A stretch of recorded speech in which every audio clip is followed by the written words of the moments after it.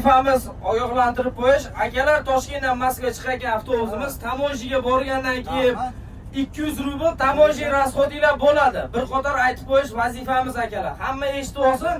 Yo'lga chiqqandan keyin bizga aytmadi demanglar akalar. Hamma eshitdimi? Eshitdi. Eshitdilarmi akalar? Eshitdi. Shuni so'ramoqchiman. Buni aytaman.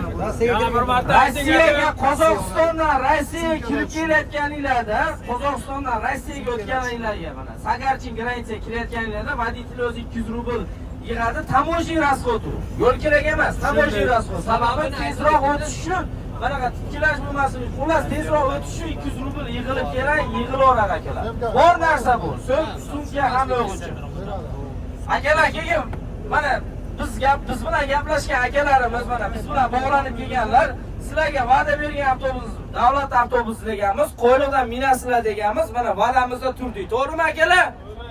Yo'lga chiqib olib, qolib ketdi demanglar. Avvalo Allohdan texnikamiz parod qilmay, avtobusimiz buzilib qolmasa, manzilimiz 2,5 sutkalik yo'l.